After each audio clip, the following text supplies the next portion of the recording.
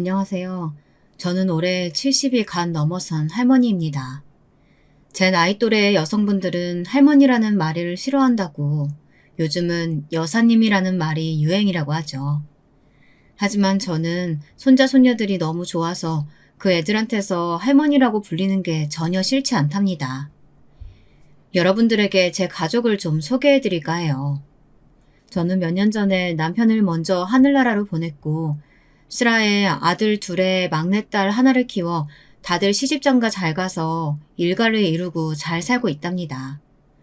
손자도 첫째는 아들 둘, 둘째는 아들 하나 딸 하나, 그리고 막내딸은 외손주로 딸 하나를 낳아서 잘들 키우고 살고 있습니다.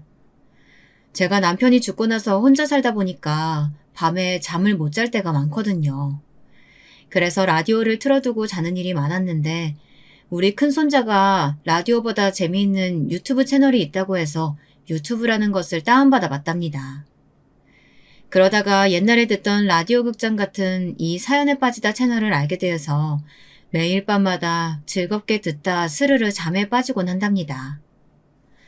제가 이 채널을 좋아하는 이유는 각양각색의 사연들이 많아서이기도 한데요. 매일 다양한 사람들의 살아가는 이야기를 듣다 보니 저에게도 얼마 전에 그런 막장 드라마 같은 일이 일어났던 게 생각나서 이렇게 사연을 보내게 되었습니다. 70대 할머니 이야기라도 재미있을지 모르니까 끝까지 잘 들어주시길 바랍니다. 저는 가난한 시골 농부의 둘째 딸로 태어났습니다.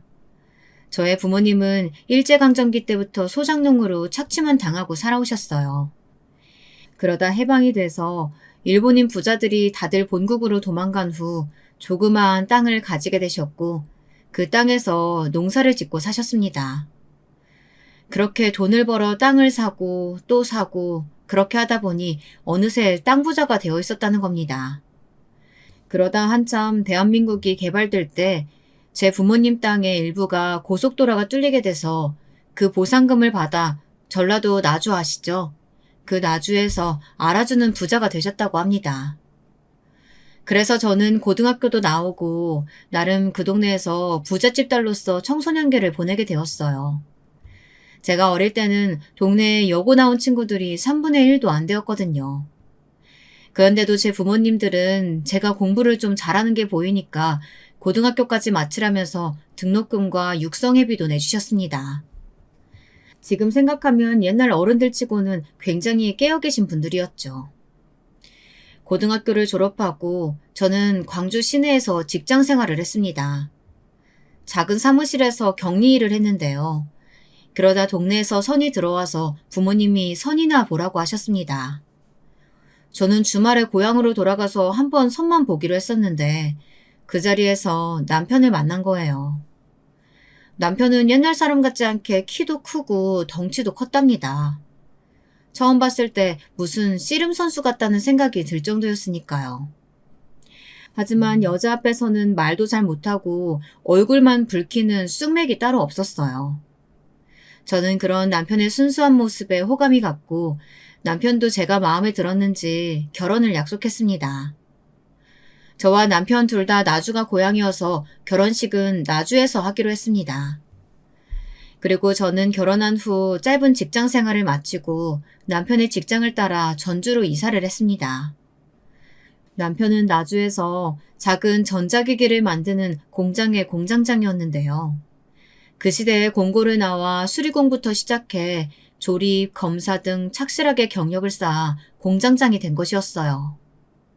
젊은 나이에 출세했다고 시어머니가 굉장히 남편을 자랑스러워 하셨습니다. 시댁 어른들도 나주분들이시고 친정이랑 같은 동네에서 농사를 짓고 사시니 주말엔 거의 우리 집 아니면 시댁에 가서 농사일을 돕게 되었습니다. 저희 시댁 어른들은 지금은 물론 다들 돌아가셨지만 드라마에 나오는 못된 시어머니도 아니셨고 무척 순박한 분들이었어요.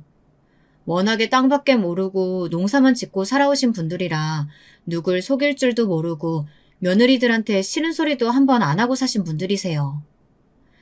그러다 보니 저 역시 우리 애들이 결혼할 때도 좋은 시어머니가 되어야겠다 생각을 많이 하고 살았습니다.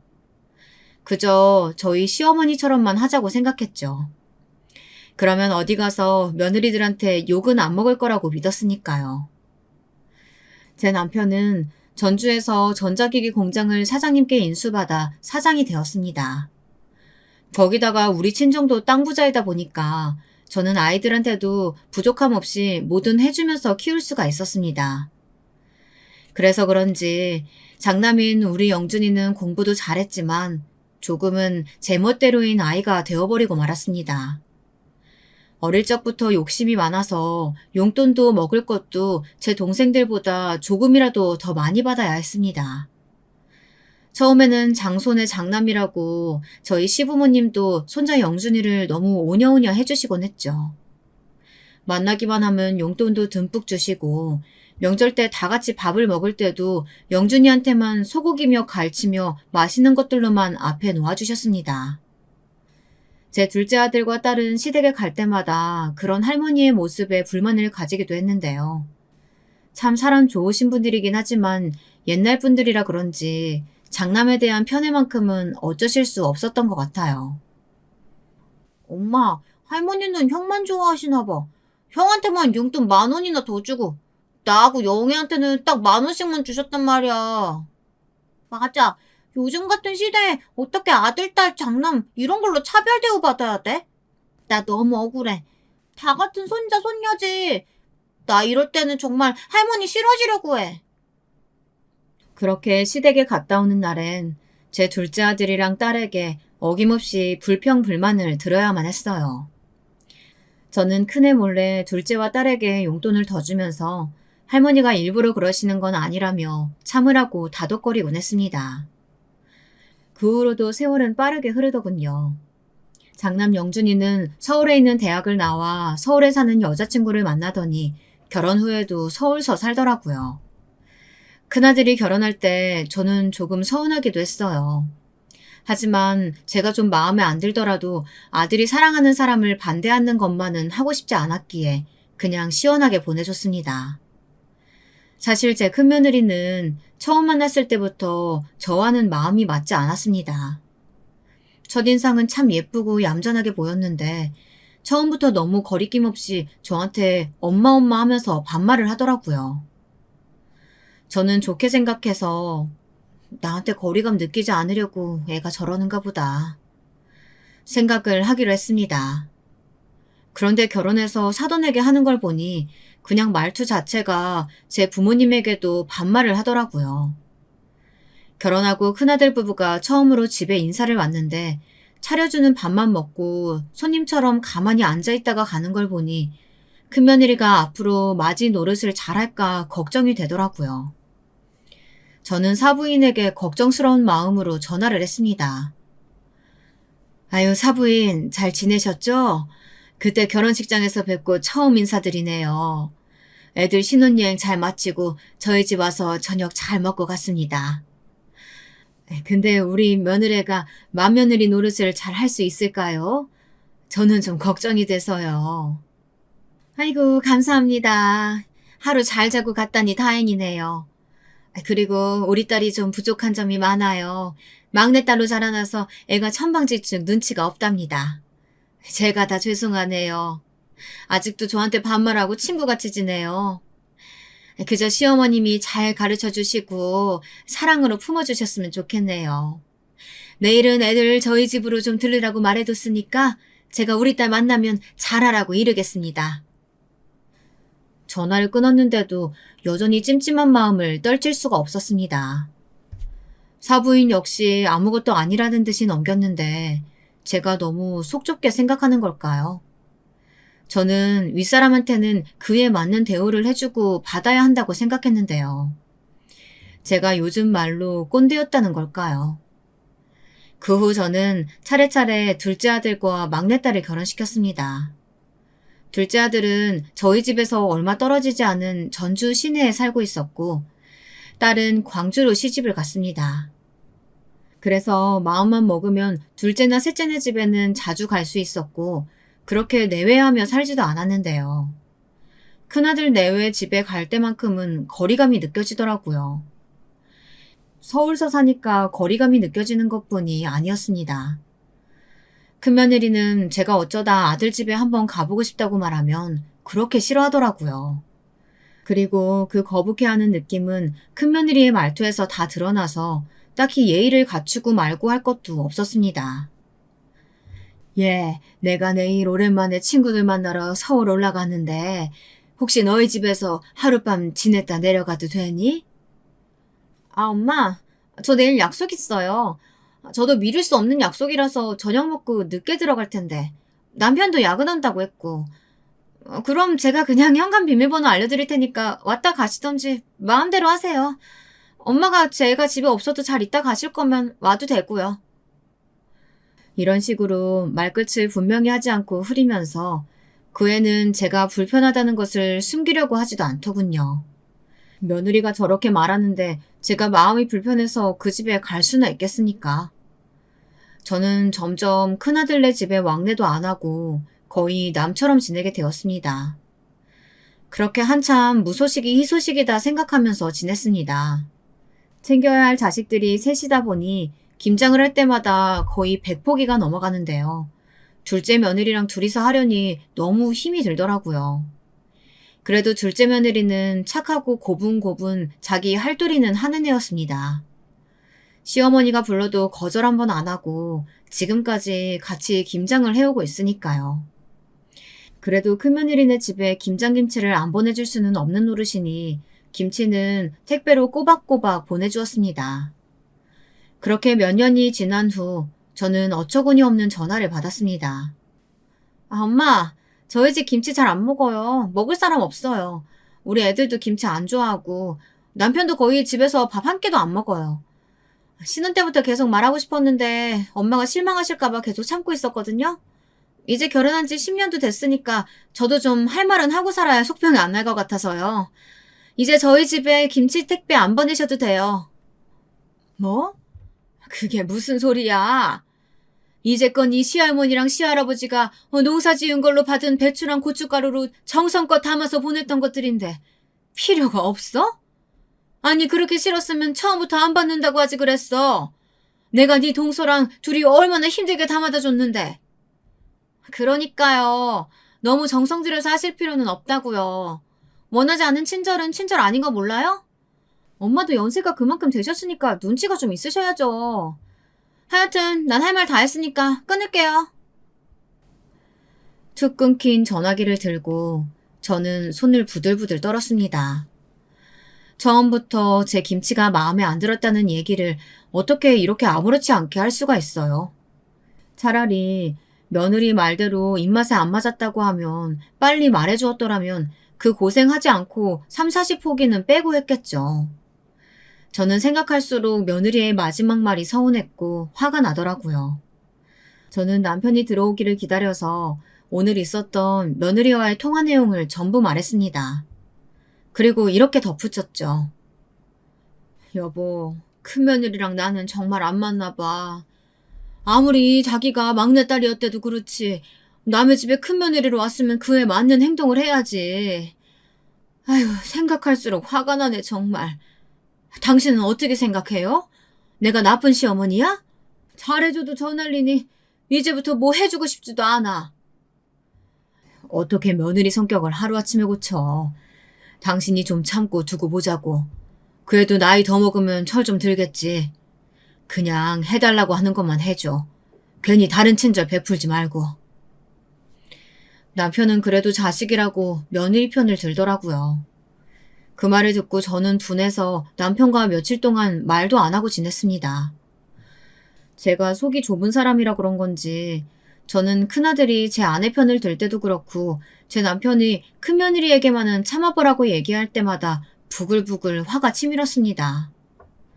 크고 작은 큰며느리와의 불화가 있을 때마다 제 곁에는 제 편을 들어줄 사람이 없었습니다.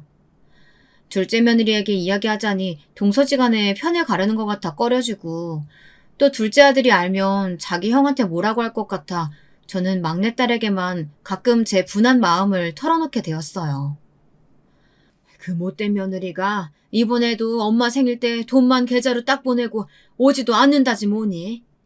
난 큰애들 손자들 너무 보고 싶은데 그걸 그렇게도 매몰차게 거절한다.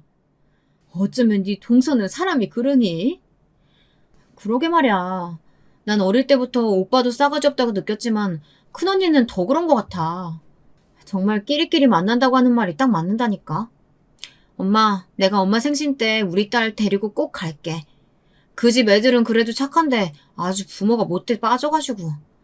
그 집 부부랑 계속 말 섞고 그러지 마. 엄마만 상처받을 게 뻔하니까. 그래도 네 큰오빠인데 어떻게 그래. 큰오빠는 괜찮아. 그래도 걔는 가끔 회사 근처서 밥도 사주고 그러는데 며느리가 문제지. 그동안에 세월이 흘러 큰아들 부부는 다니던 회사를 나와 사업을 한다면서 그 당시 서울에서 유행했던 방탈출 카페라는 것을 하나 차렸습니다. 그때는 아직 남편이 살아있을 때였는데 장남이 대책 없이 퇴직을 해 혼자 사업을 한다고 하니 저희 부부는 걱정이 안 될 수가 없잖아요. 그래서 아들을 불러 물었습니다. 너 그 사업은 장래성이 좀 있기는 한 거야? 혹시 금방 망하고 뭐 그런 건 아니지? 사업체가 편의점도 아니고 처음에 잘 안 된다고 금방 말아먹고 그러면 안 된다. 알겠지? 이런 시기에는 무조건 버티는 사람이 이기는 거야. 알아요. 저도 다 알아보고 한 거고 오락실이나 PC방보다 방탈출 카페 같은 곳이 요즘 젊은 세대 사이에서 엄청 유행이래요. 같이 동업할 사람도 구하고 있으니까 엄마 아빠는 걱정 안 하셔도 돼요. 그것보다 제가 퇴직금 2억만으로는 좀 부족해서 그런데 아버지 돌아가시면 받을 유산 좀 미리 당겨서 받을 수 없어요?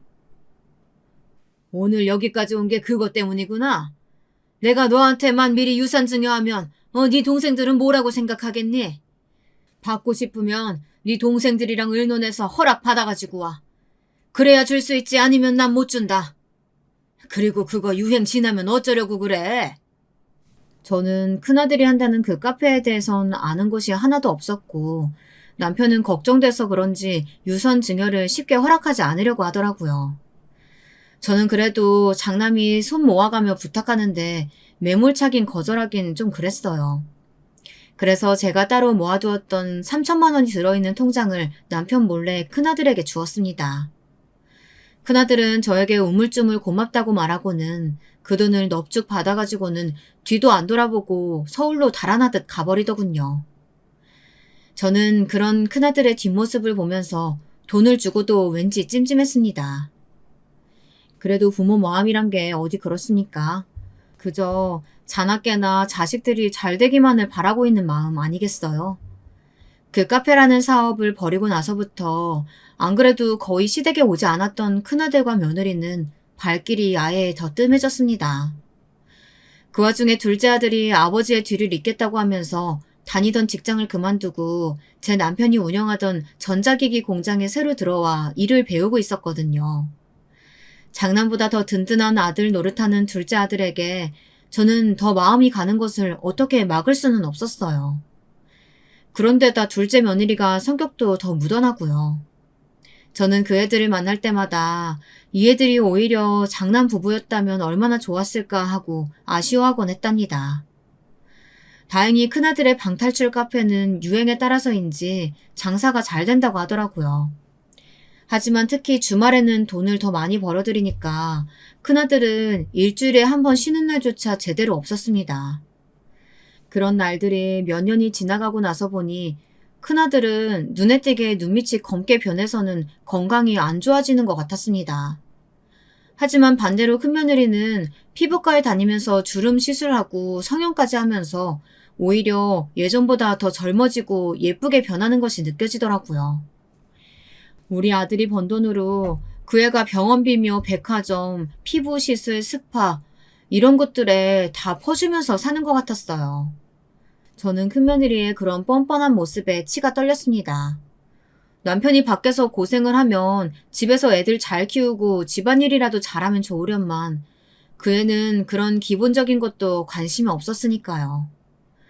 가정주부인 큰며느리가 직장 다니는 둘째 며느리보다 더 바쁘다면서 일주일에 2번 파출부를 부른다니 제 생각엔 이해가 안 되는 일이었습니다.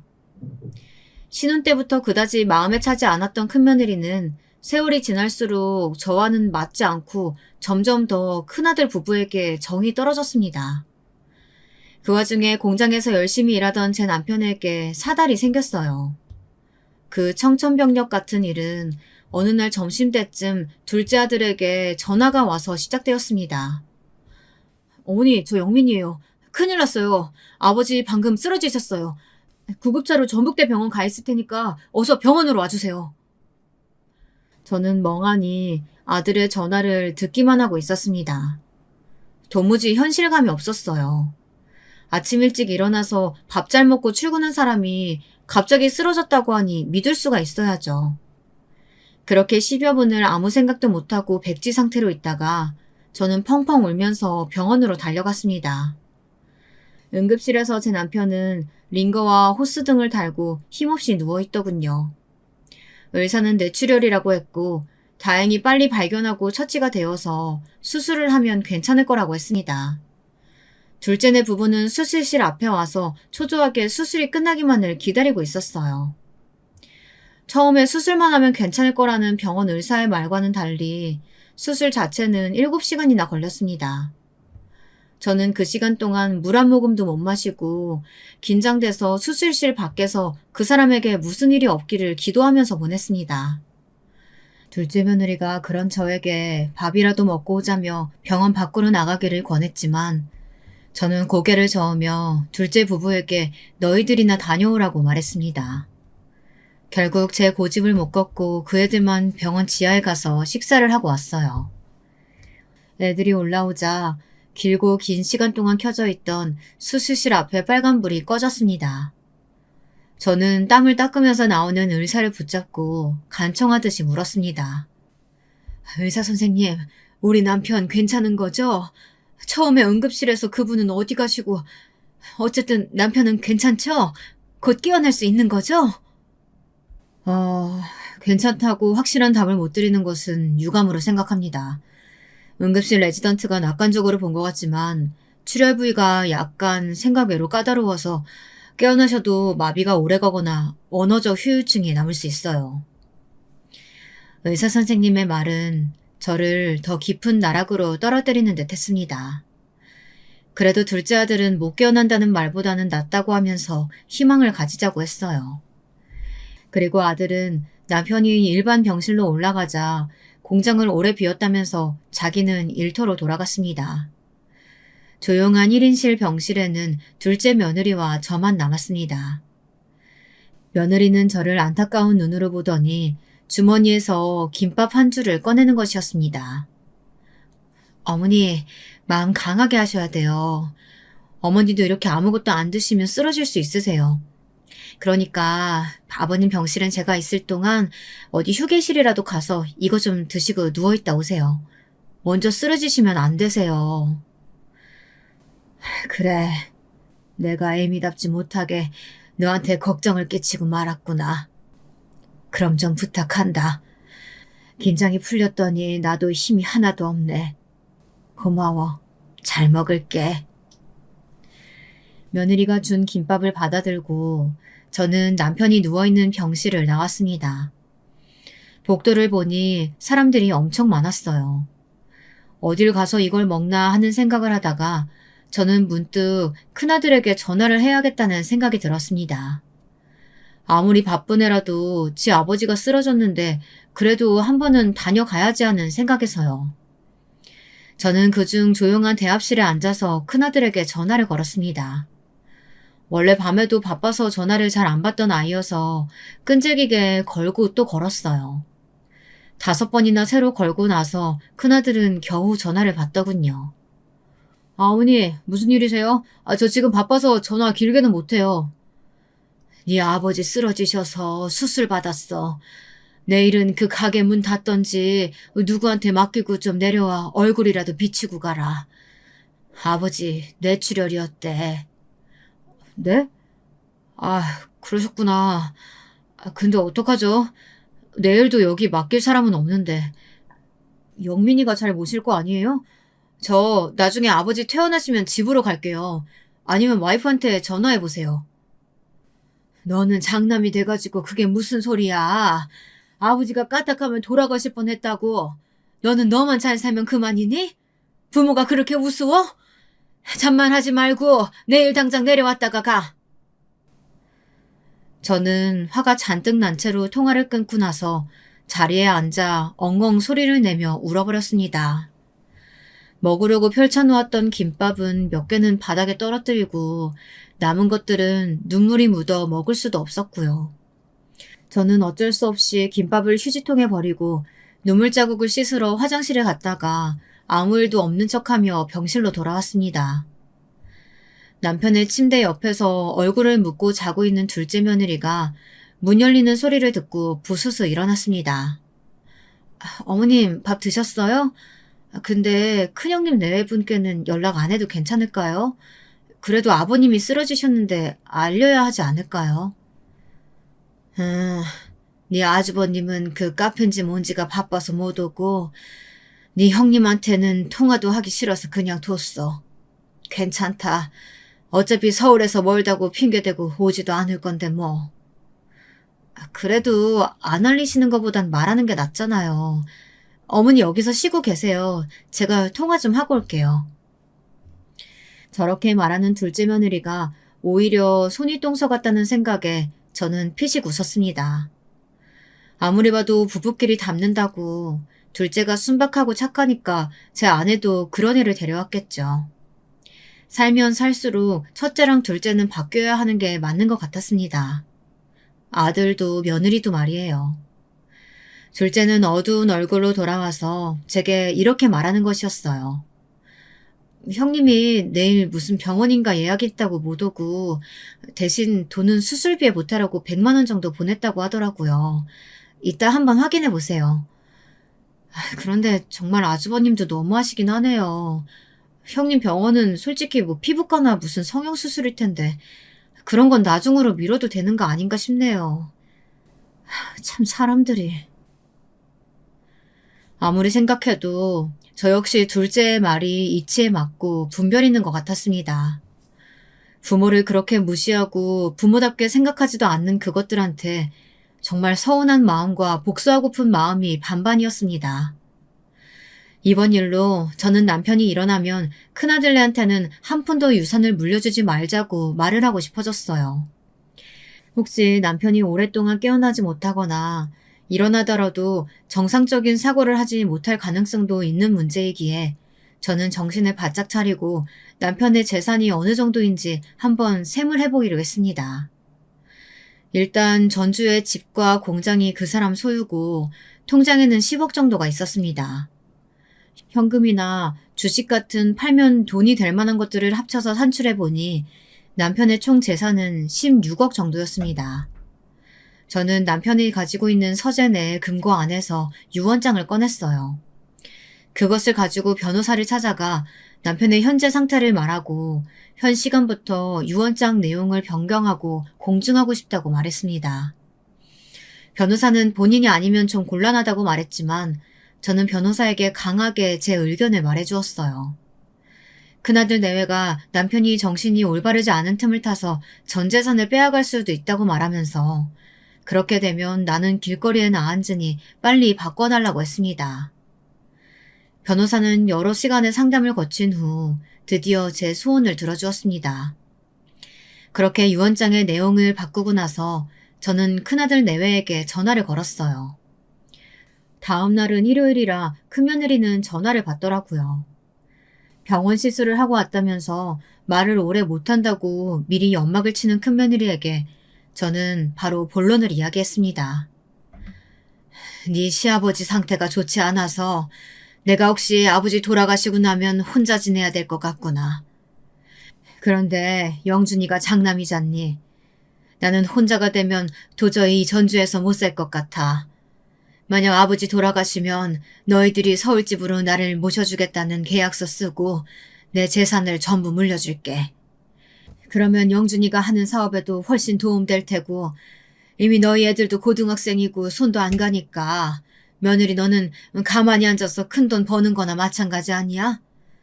내일까지 너희 둘이 의논해서 답을 줘라. 그럼 다음 주에 올라가마. 어머, 아버님 건강이 생각보다 심각하신가 봐요. 알겠어요. 애아빠 들어오면 의논해서 내일 다시 연락드릴게요. 걱정하는 척하는 큰며느리의 목소리에는 감출 수 없는 탐욕스러운 마음이 담겨 있는 것 같았습니다. 저는 장남 집에 갔다가는 얼마 되지 않아 알거지로 쫓겨나겠다는 느낌이 강하게 들었습니다. 저는 변호사에게 미리 받아온 가짜 계약서를 꼼꼼하게 읽어보았습니다. 그 내용은 대략 제가 서울의 큰아들네 집에서 죽을 때까지 지내는 동안 며느리가 정성을 다해 나를 모시고 나면 그 애들에게 재산의 3분의 2가 간다는 내용이었습니다. 나머지 부분은 둘째와 셋째에게 똑같이 나누어 주기로 했죠. 공장만 둘째가 물려받고요. 저는 그 애들이 얼마나 있다가 본색을 드러낼까 생각하니 등골이 오싹하면서도 얼른 애들의 속마음을 알고 싶다는 생각도 동시에 들었습니다. 제발 그 애들이 제가 생각하는 것만큼 막장 패륜하는 아니기를 빌고 또 빌었습니다. 병원에 돌아가니 아직도 둘째 며느리는 성실하게 자리를 지키고 있더라고요. 저는 며느리를 집으로 돌려보낸 다음 집에서 미리 가져온 담요를 덮고 남편의 곁 간이 침대에서 잠을 청했습니다. 남편의 느린 숨소리는 하루 종일 긴장의 연속이었던 저에게 자장가처럼 들렸어요. 저는 오랜만에 라디오를 틀지 않아도 꿀잠을 잘 수 있었습니다. 다음날 저는 둘째 며느리에게 오늘은 쉬라고 말한 뒤 딸을 불렀습니다. 딸은 걱정스러운 얼굴로 남편의 병실에 와서 링거를 주렁주렁 단 남편의 얼굴을 보자 눈물부터 흘렸습니다. 저는 딸에게 남편을 잘 부탁한다 말한 후 병원 밖에서 큰며느리에게 전화를 걸었습니다. 어때? 어제 말한 건 애비랑 의논해 봤니? 내가 오늘 변호사 만나서 너희 아버지 유언장이랑 효도 계약서 가지고 출발하려고 하거든. 그러니까 서울 터미널로 나 좀 데리고 나와줘라. 네, 영준 씨가 그런 일이라면 어머니 얼마든지 모시자고 이야기하더라고요. 몇 시쯤 버스로 도착하실 것 같으세요? 제가 차 가지고 갈게요. 지금 출발하면 내가 오후 3시쯤 도착할 것 같으니까 시간 맞춰서 나와 있으면 내가 전화하마. 알겠지? 네, 알겠어요. 조심히 오셔요, 엄마. 아버지가 쓰러지셔서 아직도 정신을 못 차리는 와중인데 큰며느리는 시아버지의 안부도 묻지 않고 자기 할 말만 하는 것이 썩 마음에 들지 않았습니다. 어차피 그 애들이랑 아예 연을 끊기로 생각하고 만나러 가는 것이니 차라리 속이 시원했습니다. 이번 일로 장남 부부의 민낯을 알게 되면 국물 하나도 그 애들 위에 남겨주지 않으리라 결심했어요. 저는 전주터미널에서 가장 빨리 서울로 가는 버스를 탔습니다. 서울터미널에 도착하니 사람들은 많은데 며느리의 전화는 아직 없었어요. 저는 가슴이 두근거리면서 며느리가 꼭 저를 데리러 오기를 바랬지만 제가 아무리 전화를 하고 문자를 보내도 며느리에게서는 답이 없었습니다. 3시에 터미널에 도착해서 저녁 6시가 되도록 결국 큰며느리는 오지 않았습니다. 이런 결과를 머릿속으로는 예상하고 있었지만 막상 당하고 보니 슬프고 화가 나서 견딜 수가 없었어요. 처음부터 내 말을 믿지 않은 것은 물론이고 며느리도 꼭 나올 것처럼 속이고 서울 지리도 잘 모르는 나를 엿먹이려고 이 시간까지 아무런 답도 없는 게 틀림없었습니다. 저는 결국 다시 전주로 가는 표를 사 버스에 몸을 실었어요. 저도 모르는 사이에 눈에서 눈물이 흘러내렸습니다. 제 옆에 탄 10대로 보이는 학생이 저에게 괜찮으시냐고 조심스럽게 묻더라고요. 저는 그 애가 걱정할까 얼른 눈물을 닦고 자는 척을 했습니다. 다시 집으로 돌아오니 맥이 탁 풀려서 저는 힘없이 소파에 누웠습니다. 그래도 결말이 폐륜은 아닐 거라고 믿었던 장남과 큰며느리에 대한 배신감에 온몸이 욱신거리고 아파왔죠.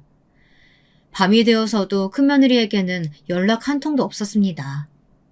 저는 도저히 그 애한테 먼저 연락을 하고 싶지가 않았어요. 그래서 며칠간 한마디도 안 하고 끙끙 앓고 있었습니다. 그래도 병원에 있는 남편을 돌보기는 해야 하니 둘째 며느리와 딸과 번갈아서 남편의 병상을 지켰습니다. 남편의 수술 후 일주일이 지났지만 남편은 아직 의식이 없었어요. 바이탈도 안정되고 숨도 잘 쉬고 있었지만 의식만은 깨어나지 않고 있었습니다. 뇌사 상태도 아닌데 이상한 일이라며 의사 선생님들은 이런 상태가 계속되면 진짜 뇌사로 갈 수 있다고 청천벽력 같은 소리를 하는 것이었어요. 둘째에게 의사의 말을 전했더니 걱정이 되었는지 좀 더 큰 서울의 병원으로 옮겨보자는 의견을 내놓았습니다. 공장은 며칠간 다른 사람에게 맡기고 서울의 큰 병원을 알아보고 아버지를 옮겨 더 좋은 치료를 받게 하자고요. 그러면서 둘째가 직접 형에게 전화를 해보겠다고 하더라고요. 저는 며칠 전 큰며느리와의 사건을 둘째 아들에게 조심스럽게 말했습니다. 뭐라고? 그런 일이 있었어요? 형 진짜 막장이네. 아버지 전북대 병원 입원하신 동안 한 번도 안 오더니 정말 엄마한테도 그런 짓을 했다고? 형수님도 정말 너무한다. 내가 엄마 도와서 같이 복수해줄게. 됐다. 복수는 무슨. 이제 걔들이랑 인연 끊으려고. 도저히 내 속으로 낳은 자식 같지도 않아. 무슨 소리야. 그런 인간일수록 한 방 먹여서 정신을 차리게 해줘야지. 내가 엄마랑 같이 형네 집으로 갈 테니까 내일 아침에 제일 좋은 옷 꺼내 입고 집에서 기다리세요. 그리고 그 다음날 둘째 아들이 검은 양복을 쫙 빼입고 어디서 났는지 5억짜리 외제차를 끌고 집으로 왔더라고요. 저는 세상 태어나서 그런 차는 처음 보는지라 눈이 휘둥그레졌습니다. 아니 너 이런 번쩍거리는 외제차가 어디서 났어? 설마 너 이거 산 거 아니지? 아 설마 엄마. 내가 하루아침에 이런 차를 어떻게 사요. 고등학교 동창놈이 가지고 있는 건데 내가 어젯밤에 전화로 사정사정해서 빌린 거야. 형 기죽여 놓으려면 이런 것 좀 필요할 것 같아서요. 아 엄마. 엄마는 옷이 이런 거밖에 없어? 완전 시골 아줌마스럽잖아. 안 되겠다. 백화점 가자. 형네 집에 가기 전에 엄마 옷부터 사야겠다. 둘째는 그 비싼 외제차에 저를 태우고 전주에서 제일 큰 백화점으로 데려갔습니다. 그리고 100만 원이 넘는 옷을 사주었습니다.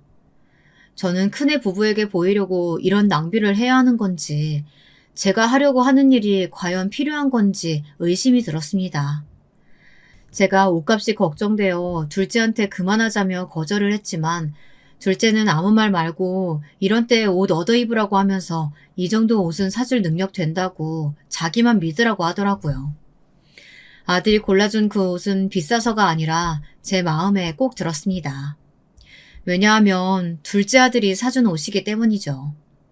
저는 이것저것 재지도 따지지도 않고 제 편을 들어주는 아들에게 든든함과 고마움을 느꼈습니다. 둘째 아들과 함께 장남의 집으로 찾아가는 동안 저는 차 안에서 내내 기분이 좋아 커피도 마시고 잠도 설핏 들었다가 일어나고 했습니다. 드디어 서울에 도착해 찾아간 장남의 집은 한강이 보이는 꽤 넓은 평수의 아파트였어요. 처음 결혼했을 때는 서울 변두리에 있는 작은 국민형 주택이었는데 그동안 돈을 좀 벌긴 했는지 새로 지은 브랜드 아파트에 살면서 그때까지 부모도 형제도 한 번도 초대하지 않았다고 생각하니 새록새록 큰아들에 대한 야속한 마음이 생기더라고요. 둘째 아들은 첫째의 집 앞에서 형에게 전화를 걸었습니다. 제가 전화했을 때와는 달리 제 동생의 전화는 그래도 빨리 받더라고요. 아, 형, 나 영민인데 지금 형네 집 앞에 와 있어. 오늘 형 그 방탈출 카페 문 닫고 집에 있는 거 다 아니까 이 문 열지? 큰아들은 현관문을 열더니 놀란 눈으로 번쩍이는 새 옷을 입은 저와 둘째 아들을 번갈아 가면서 바라보았습니다. 아, 갑자기 이렇게 불쑥 찾아오면 어떡하냐? 아무리 가족끼리여도 그거 실례인 거 알아? 내가 어제 엄마한테 너무 황당한 말을 들어서. 좋은 말 할 때 이거 열지. 집에 좀 들어가서 얘기하자. 안 그러면 현관 앞에서 소리 지른다.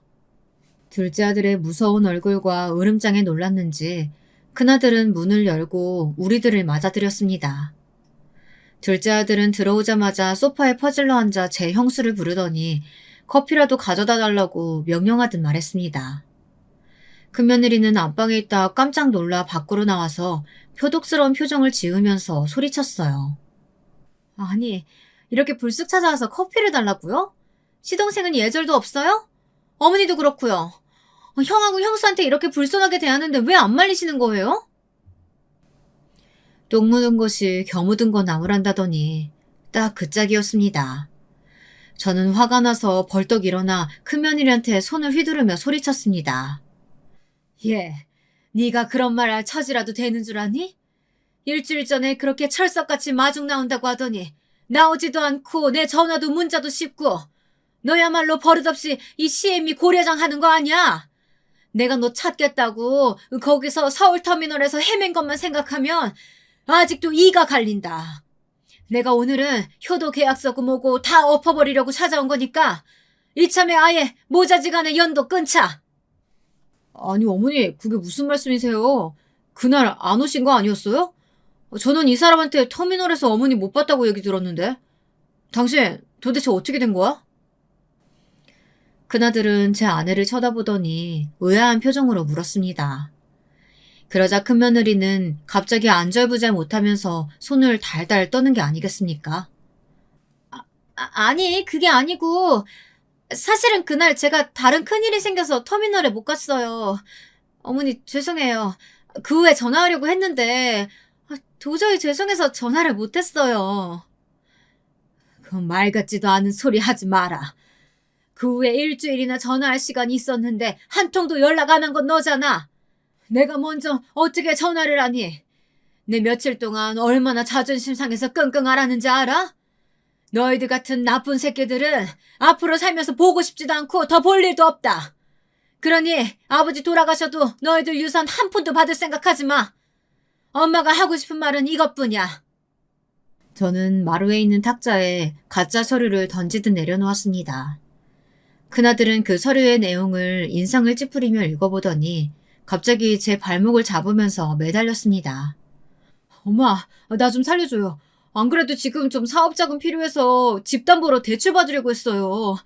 내가 아버지 서울에 있는 큰 병원 모시고 엄마도 우리 집으로 모실 테니까 이 유언장이랑 효도 계약서 사인하게 해주시면 안 될까요? 제가 그날은 잘못했어요. 네? 어머니, 이제라도 저희 집으로 오세요. 제가 잘 모셔드릴게요. 아버지 유산 중에 10억만 미리 증여해 주시면 제가 어머니 돌아가실 때까지 계속 잘 모실게요. 아들이 제 발목을 붙잡고 매달리자 큰며느리도 덩달아 무릎을 꿇고 두 손을 모아 싹싹 빌며 저자세로 나오는 것이었어요. 하지만 저는 이미 큰아들 부부를 믿을 수가 없었습니다. 저는 입술을 악물고 아이들에게 고개를 저었습니다. 둘째 아들 역시 큰아들에게 냉정하게 말했어요. 어머니가 일주일이나 형수님한테 푸대접 받은 걸로 끙끙 앓으셨어. 내가 엄마가 그냥 가만히 형이랑 연 끊겠다는 거 도저히 참을 수가 없어서 모시고 올라온 거야. 이제부터 내가 아버지 병원도 서울로 옮기고 어머니도 내가 모실 거야. 그러니까 형은 사는 동안 엄마한테 연락하지 말고 돌아가셨을 때나 오던가 해. 아니 네가 뭐라고 형한테 가르치려는 말투로 굿단 소리를 해. 나 네 형이야. 니네 집이 어머니 집하고 가까우니까 네가 전주에서 부모님 모시는 거야 당연하지.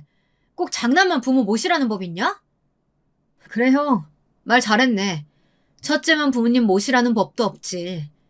그러니까 장남이라고 유산 다 받으라는 법도 없는 거야. 유산 받고 싶었으면 애초에 처음부터 잘했어야 되는 거 아니야?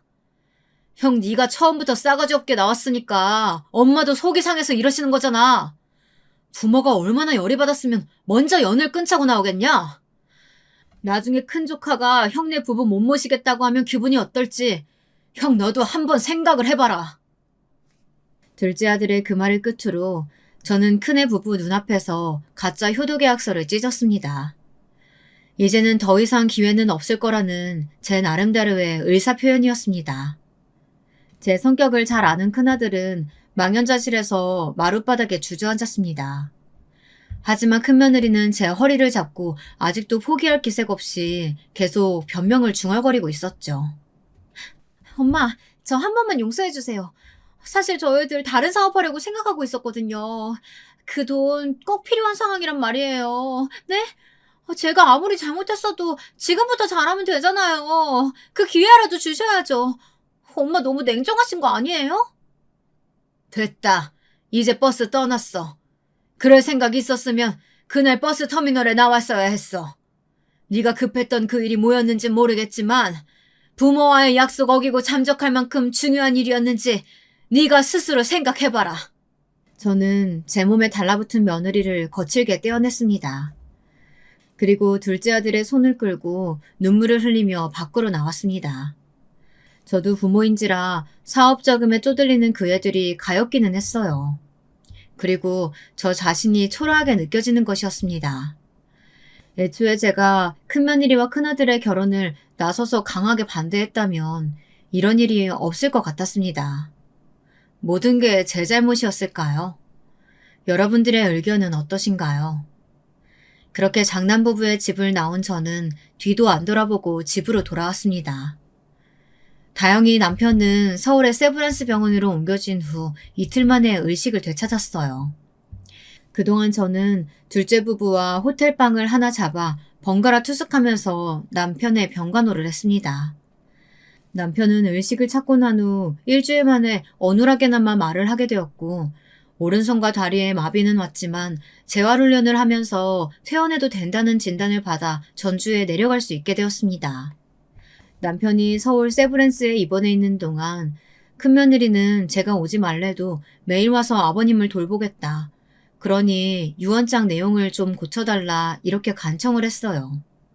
하지만 저는 얼른 썩 꺼지라고 화를 내면서 며느리를 쫓아냈습니다. 그 모습을 보더니 퇴원을 하고 집으로 돌아간 날 남편이 제게 물었습니다. 아니, 어떻게 큰애 부부한테 그렇게 매몰차게 알 수가 있어?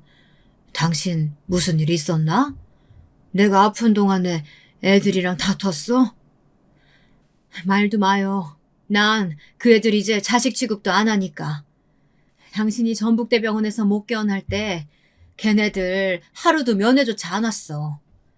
그러다가 내가 당신 재산 얼마라고 공개하니까 그때서야 모신다는 둥 집으로 오시라는 둥 이러면서 안면이 싹 바뀌잖아.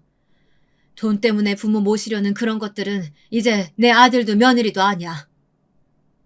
제 말을 듣고 남편도 고개를 끄덕이면서 자기가 죽은 다음에라도 유산 꼭 지키고 있으라고 하더라고요.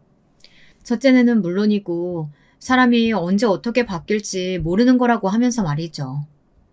그러나 둘째 아들은 제가 유산 공개를 하기 전에도 저한테 진심으로 잘 대해줬고 둘째 며느리도 남편이 병상에 누워있을 때 거의 매일같이 찾아와 병간호를 했다고 했더니 그래도 한 놈만 나쁜 놈이라 다행이라고 우리가 자식 농사를 완전 망치지는 않은 거라며 저를 위로해 주었습니다.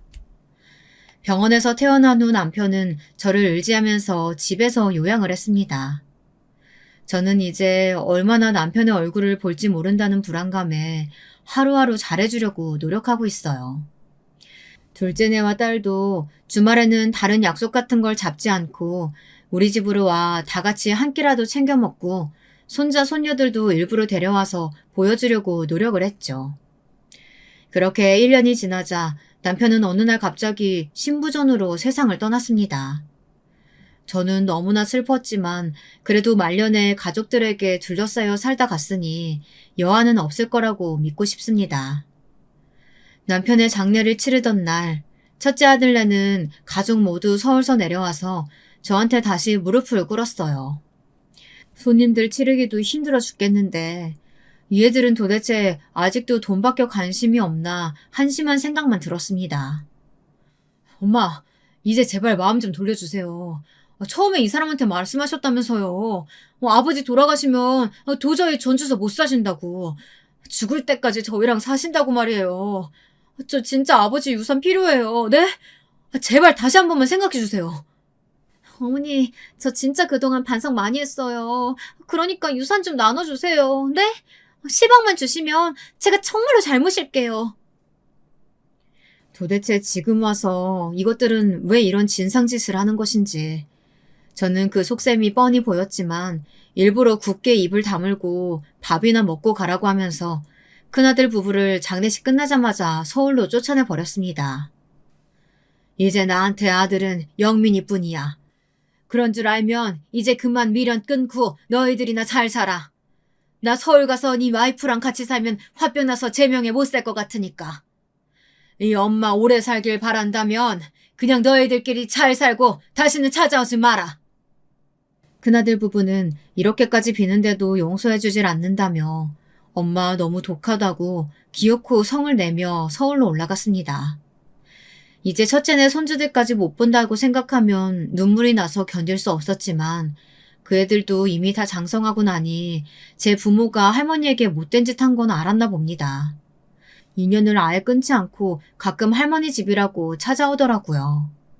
그런 손주들에게는 아직도 고맙고 그 애들이 짠한 생각 들어 용돈도 주고 맛있는 것도 해주면서 살고 있습니다. 부모가 되어서 웬만하면 자식들을 용서해줘야 한다고 말하는 제 또래 청취자분들도 계실지 모르겠습니다. 하지만 제가 그날 서울 터미널에서 느꼈던 심정을 생각하면 저는 제가 독하다고 생각하지 않습니다. 큰아들 부부는 마지막 기회를 버렸고 저는 그때의 트라우마 때문에 다른 지역에 갈 일 있으면 고속버스를 이용하지 못하고 꼭 둘째 아들한테 부탁해 차를 타고 가야 하게 되었거든요. 오늘 제 이야기는 여기까지 하겠습니다.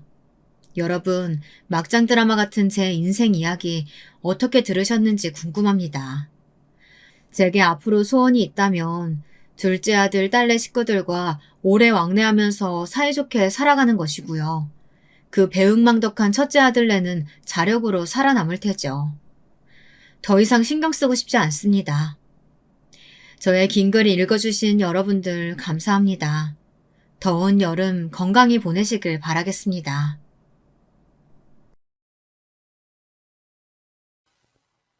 안녕하세요.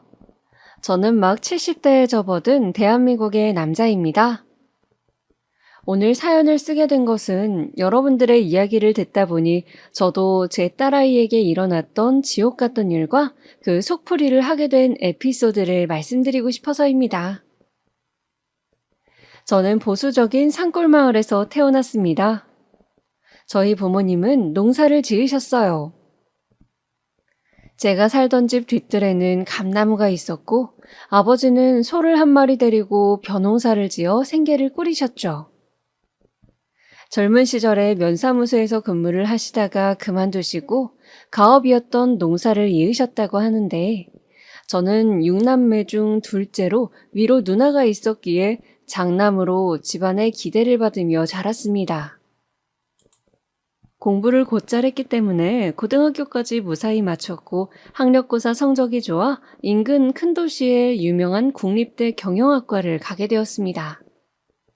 사실은 서울의 유명한 사립대 경영학과도 갈 수 있는 성적이었지만 부모님께서 동생들도 많은데 서울에 보내기는 형편이 힘들다고 하셔서 어느 정도 타협을 하게 된 것이죠.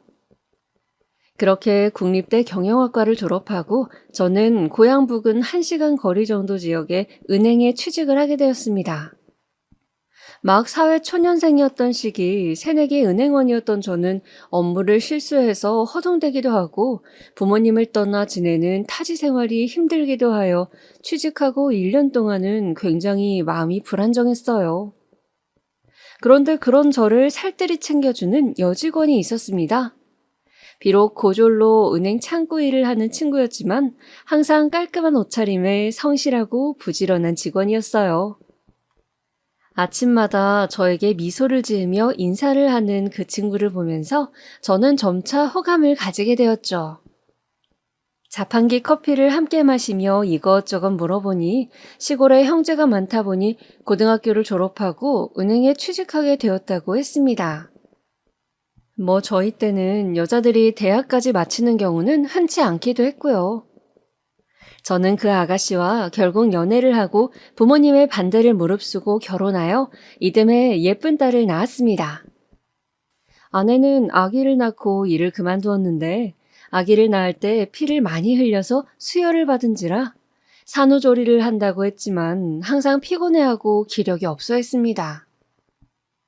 저는 아내가 잘 쉴 수 있도록 보살폈지만 결국은 신장에 이상이 생겨 아내는 그 힘들다는 투석을 하게 되었죠.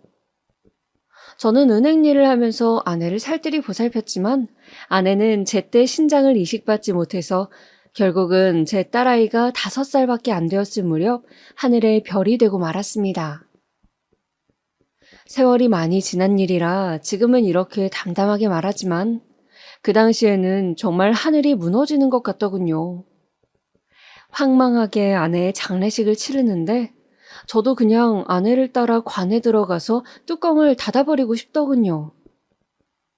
아마 그때 제 등 뒤로 업어달라고 매달리던 딸아이가 없었다면 저는 제정신을 유지하지 못하고 우울증에 시달리다가 극단적인 선택을 했을 겁니다. 아내가 그렇게 떠나고 부모님의 도움을 받아 딸아이를 키우면서 자식을 위해서 남은 생을 다 바치겠다고 다짐했습니다. 먼저 간 아내의 몫까지 내가 엄마 아빠 몫을 다 해주리라. 우리 아이가 그늘이 없게 내가 잘 키우리라 하고 매일 아침마다 화장실 거울을 보면서 주문을 외우듯이 스스로에게 세뇌를 했던 것 같아요. 조금 커서 유치원에 간 딸아이가 아빠, 우리 엄마는 하늘나라에서 언제 와? 라고 물을 때마다 저는 눈물을 속으로 삼키면서 아주 나중에 우리가 하늘나라에 가게 되면 엄마랑 만날 수 있을 거야. 라고 말하면서 딸아이를 꼭 안아주었습니다. 그럴 때면 딸은 숨 막힌다면서 저를 타박하곤 했죠. 저는 하나밖에 없는 딸이기에 옛말 그대로 불면 날아갈까 쥐면 꺼질까 딸의 일이라면 만사 제쳐놓고 달려가는 딸바보 아빠로 살았습니다. 다행히 딸은 엄마의 부재에도 밝고 건강하게 쑥쑥 잘 커졌어요. 열심히 딸을 키우면서도 저도 은행에서 점점 직급이 올라갔습니다. 딸이 고등학생일 무렵 저는 부지점장을 달게 되었죠.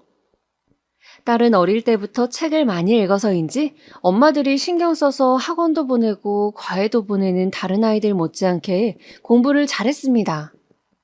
가끔 엄마와 팔짱을 끼고 옷을 사러 가거나 목욕탕 가는 친구들을 부러워하긴 했지만요. 그럴 때면 딸은 자신은 결혼하면 꼭 딸을 낳아서 엄마랑 같이 데이트 못한 한을 풀겠다면서 저에게 웃으며 말하곤 했죠. 딸이 대학 입시를 치를 무렵에는 수시가 점점 활성화되던 시기였어요. 딸은 내신 성적이 좋았는데 마침 학교의 수시 전략을 잘 짜기로 유명한 선생님이 계셔서 본인의 성적보다 더 좋은 대학에 붙게 되었습니다. 무려 서울대 약대를요. 저는 딸이 서울대를 붙었다는 사실이 믿기지 않았습니다. 항상 전교 1등만 하던 것은 아니었고 그냥 전교에서 상위권이었는데 생활기록부며 농어촌 전용 적용지역에 집이 있었던 것 등 몇 가지 유리하게 반영된 점이 있어 가능했다고 담임선생님께서도 자랑스러워 하셨어요. 저는 딸이 우리나라에서 가장 이름난 대학에 가게 되어서 너무너무 기쁘면서도 일 때문에 제가 서울에 갈 수는 없어 혼자 보내는 것이 마음 아팠습니다. 걱정하는 저에게 딸은 씩씩하게 말하더군요. 아빠, 내가 열심히 해서 꼭 약사 돼서 아빠 호강시켜줄게요. 엄마 없이 나 키우느라 정말 고생 많았어요. 사랑해요. 저는 딸이 너무 고맙고 또 예뻤어요. 마음 같아서는 그냥 집 근처 좋은 대학을 가면 안 되냐 말리고 싶었지만 또 우리나라 최고 대학을 나온다면 딸아이의 인생은 나와는 좀 더 다르겠지 하는 생각도 들었답니다. 그래서 결국 저는 서울로 딸을 보내고 말았죠.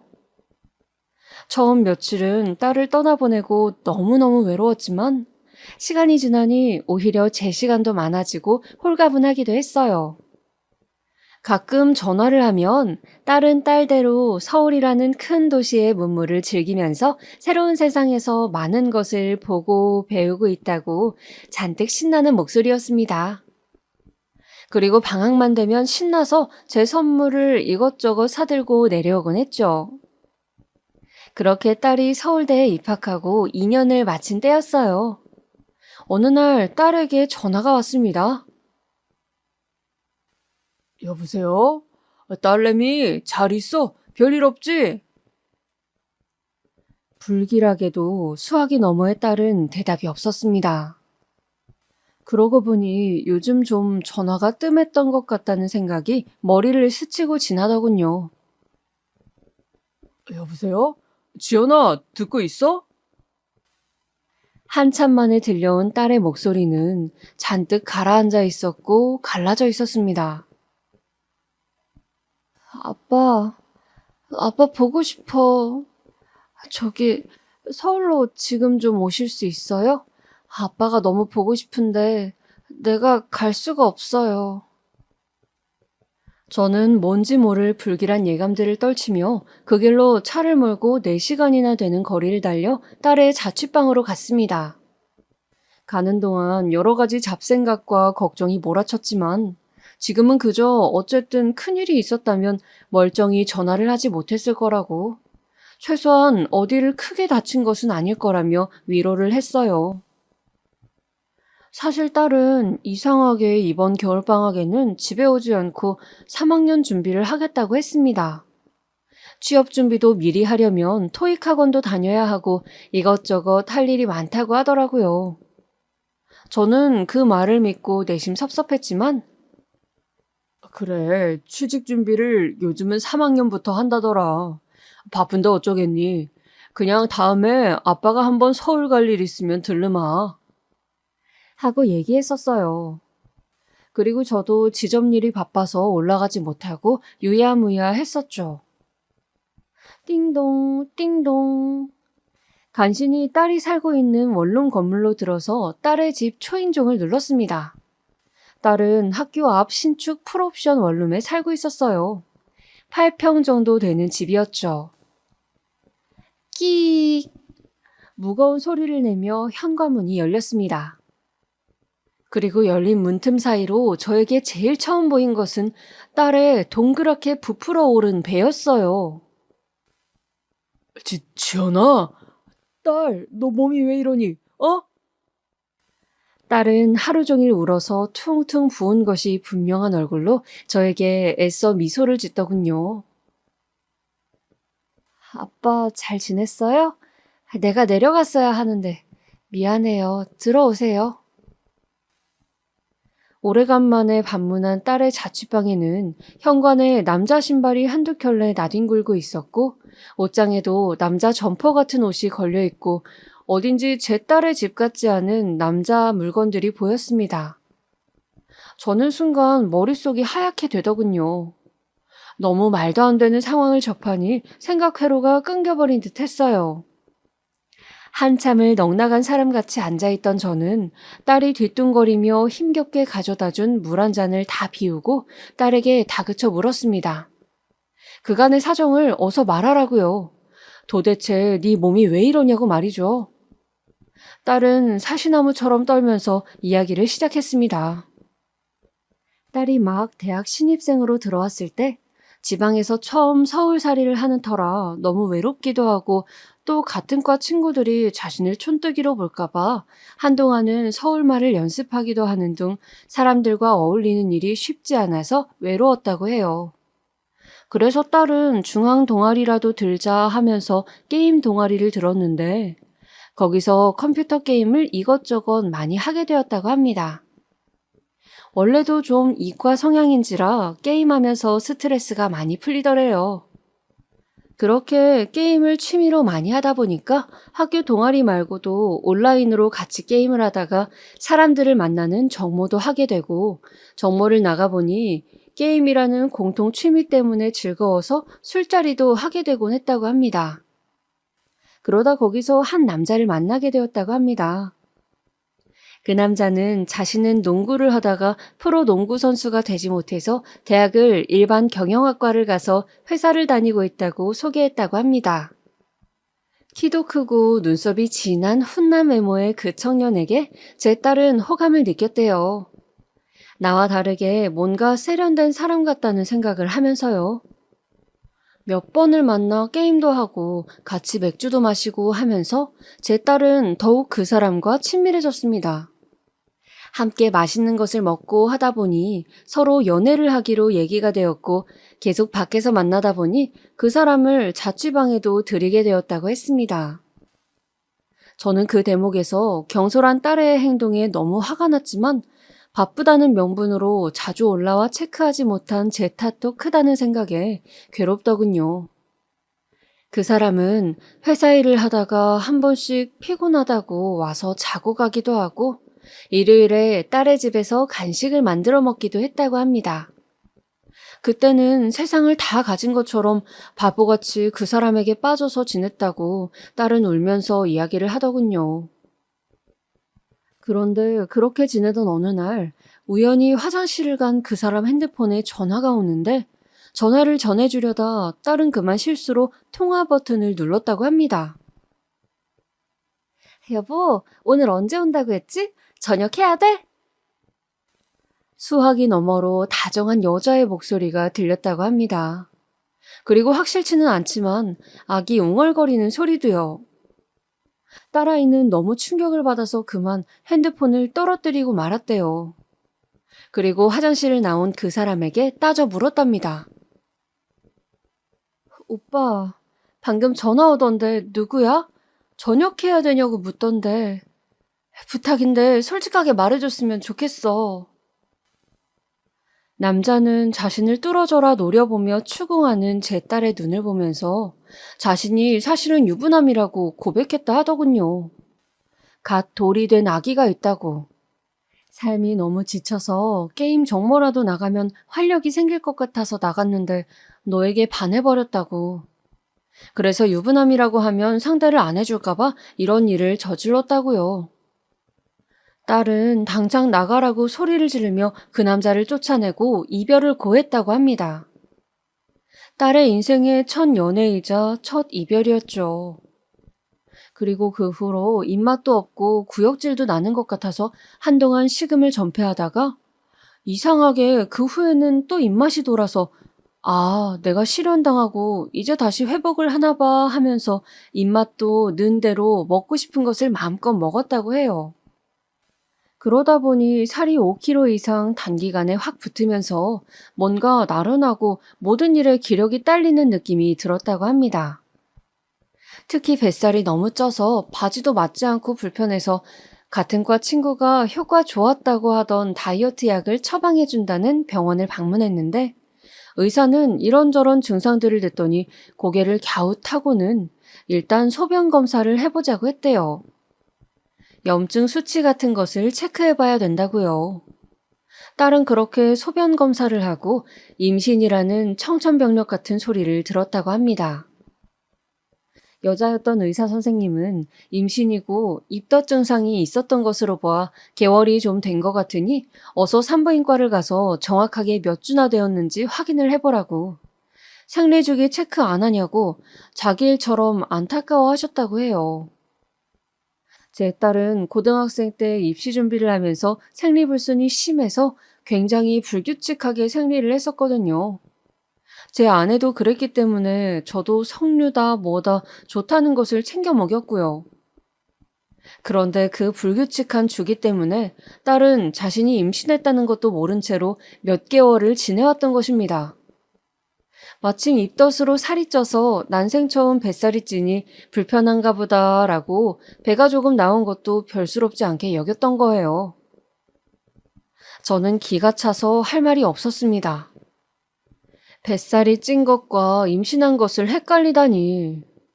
아무튼 정신이 번쩍 든 딸은 그 길로 허둥지둥 산부인과를 찾아갔다고 합니다. 그리고 임신 3개월이라는 진단을 받았는데 그 남자의 아이가 틀림없어서 정말 싫었지만 어쩔 수 없이 그 사람과 연락을 했다고 합니다. 사실 아이를 낳을 수 없으니 지우겠다는 이야기를 하려고 전화를 한 것인데 그 사람은 제 딸에게 그동안 보고 싶었다면서 한 번만 만나서 우리 이야기를 다시 하자고 제 딸을 설득했대요. 당연히 매몰차게 네가 임신이든 말든 내 맞냐는 등의 온갖 막장 드라마 같은 반응을 생각했던 제 딸은 그래도 완전 나쁜 놈은 아니었구나. 나를 걱정하고 있구나 하는 생각에 순간 마음이 약해져서 그놈을 만나러 커피숍으로 갔다고 합니다. 그렇게 다시 만나게 된 그날, 그 남자는 자신이 이혼할 테니 기다려달라고 절대 아이를 지우지 않았으면 좋겠다고 무릎 꿇고 애원했다고 해요. 제 딸은 이미 3개월이면 작은 개월수가 아닌데 어떻게 해야 할지 갈피가 서질 않아서 오랫동안 고민을 했다고 합니다. 처음에는 이 남자도 아이도 얼른 정리해버리고 다시 대학 공부에 매진하자는 쪽으로 기울었지만 4개월째에 접어들자 병원에서 낳는 것도 고려해보면 어떻겠냐고 딸이라고 성별을 슬쩍 말해줬다고 해요. 앞서 말했다시피 제 딸의 소원은 바로 결혼해서 딸을 낳고 엄마와 가져보지 못한 오붓한 시간을 딸과 데이트를 하며 보내는 것이었는데 하필 운명의 장난인지 그 아기가 제 딸이 그렇게 가지고 싶어 했던 딸이었던 겁니다. 초음파로 아기의 모습이 형체를 갖춰나가는 것을 보고 공조님이라는 이야기를 듣자 딸은 차마 중절 수술을 할 수 없었다고 합니다. 그렇게 딸은 미련하게 헤어진다는 그 사람의 말을 믿고 갑자기 임신부가 되었어요. 학교는 계속 다닐 수가 없어서 2학기에 휴학을 했고요. 한동안 그 사람은 정말 이혼 서류를 가지고 와서 딸의 앞에서 작성을 하기도 하고 딸의 집에 며칠씩 머물면서 몸을 챙기기도 하고 맛있는 것들을 사주기도 했답니다. 그렇게 3달 넘게 딸의 곁에서 예비신랑 노릇을 하면서 우리 신혼집은 여기로 하자. 조만간 부모님께 인사드리자. 신혼여행은 멀리 못 가겠지만 그래도 어디라도 가자며 계속 딸을 홀렸더군요. 딸은 저에게 이제 그 사람을 인사시켜야 한다는 생각에 이혼은 언제 정리되냐고 재촉을 했습니다. 그 남자는 지금 이미 숙려기간이라고 조금만 기다리면 최종 마무리된다고 넌 아무 걱정 말고 몸이나 챙기라 얘기했대요. 그러던 어느 날이었습니다. 딸의 원룸 앞으로 웬 젊은 여자가 아기띠를 하고 찾아왔대요. 그 여자는 딸을 보고 대뜸 여기 우리 남편 있죠? 이 인간이 그렇게 말을 했는데 아직도 여기 있으면 어떡해 아가씨. 정신 차려요. 저 인간 완전 바람둥이에요. 바람핀 전적이 화려하다고요. 나는 재산 때문에 지금은 이혼을 못해요. 그러니까 아가씨가 물러나세요. 다짜고짜 여자는 그런 말을 남기고 딸의 집에 같이 있던 그 남자를 끌고 가버렸다고 합니다. 남자는 다시 연락이 와서 지연아, 내가 꼭 정리할 테니 기다려. 그동안 우리 아기 잘 있을 거라고 믿을게. 사랑해. 내 사랑은 오직 너뿐이야. 꼭 기다려줘. 하며 전화를 끊었다고 합니다. 딸은 혼란스러웠지만 1달 정도를 더 기다려봤대요. 그런데 그 후로 남자는 연락이 되질 않아서 딸은 속은 것이 아닐까 미칠 지경이 되어서 사방으로 남자를 찾아다녔다 합니다. 남자가 다닌다고 말한 회사로 찾아가 보기도 하고 산다고 한 동네 집 앞에 가서 수소문해 보기도 하면서요. 그런데 그날 이후 남자의 흔적은 모두 사라지고 어디 멀리로 이사를 간 것인지 전화도 불통이 되고 행방이 묘연해졌다고 합니다. 딸은 긴 이야기를 마치고 울면서 저를 보면서 말했습니다. 아빠, 내가 아빠가 놀랄까봐 혼자 잘 수습해보려고 했는데 알고 보면 나쁜 사람 없다던 아빠 얘기를 내가 믿고 그 사람이 이혼할 거라고 생각한 게 너무 순진했나 봐. 차라리 임신 초기에 아빠한테 말했다면 좋았을 텐데. 난 진짜 헛똑똑이인 것 같아. 이제 6개월이나 됐는데 어떡하지? 저는 그 길로 딸을 산부인과로 데리고 갔습니다. 아기는 안 되었지만 내 딸의 인생을 망칠 수는 없었어요. 그래서 독하게 마음을 먹고 뱃속에서 자라고 있는 아이를 어떻게든 내 딸의 인생에서 지워야 한다고 생각했죠. 그렇게 산부인과를 가서 의사 선생님께 사정을 했는데 대부분 병원에서는 중절수술 자체가 불법이고 이미 6개월이라 위험하다는 이야기만 했습니다. 시기도 늦었을 뿐더러 잘못하면 산모나 아이나 좋지 않다는 말뿐이었어요. 저는 필사적으로 산부인과에 전화를 걸어 사정을 이야기하였지만 대부분은 안 된다며 끊어버리더군요. 그러다가 겨우 중절수술을 해준다는 병원을 찾았습니다. 그 병원은 제가 애걸복걸하면서 딸아이의 인생이 달렸다고 매달리자 자신도 불법행위이지만 같은 부모로서 그 마음 안다고 수술을 해보자고 어렵게 말씀해 주시더군요. 그렇게 딸은 중절 수술 날짜를 간신히 잡고 병원으로 가게 되었죠. 저는 한시름 놓았다 싶었습니다. 이제 수술을 무사히 끝내고 딸 몸만 잘 추스르면 된다는 생각으로 딸에게 걱정 말고 한숨 푹 잔다 생각하라고, 아빠가 휴가 내서 몸조리 도와줄게 라고 딸의 손을 잡고 이야기했어요. 딸은 어딘지 모르게 어두운 표정으로 수술실로 들어갔고요. 저는 초조하게 수술실 밖에서 딸을 기다렸습니다. 그런데 1시간은 걸릴 것이라던 수술실 문은 들어간 지 10분이 되질 않아 다시 열리는 것이었어요. 그리고 여전히 동그랗게 부푼 배를 하고서 딸아이가 다시 나오더군요. 침대에 누운 채로 딸은 눈물을 흥건히 흘리고 있었습니다. 저는 얼른 달려가 딸의 손을 잡았습니다. 아빠, 나 이 아기 이렇게 하늘나라로 보낼 수 없어. 내가 엄마인데 그렇게 할 수가 없어. 멀쩡한 아기를 어떻게 그래. 내 딸인데. 내 딸이야, 아빠. 저는 하늘이 무너지는 것 같았습니다. 수술장에 들어가서 수술 과정을 듣는데 개월수가 많아 실제 아기를 출산하듯이 출산하고 그 후 팔다리가 다 있는 멀쩡한 아기를 하늘나라로 보낸다는 그 말을 듣고 제 딸은 도저히 수술을 할 수가 없었다고 합니다. 이미 아기는 사람의 형체로 너무 자라 있었고 제 딸의 뱃속에서 움직이고 있었으니까요. 그렇게 제 딸은 미혼모의 길을 선택했습니다.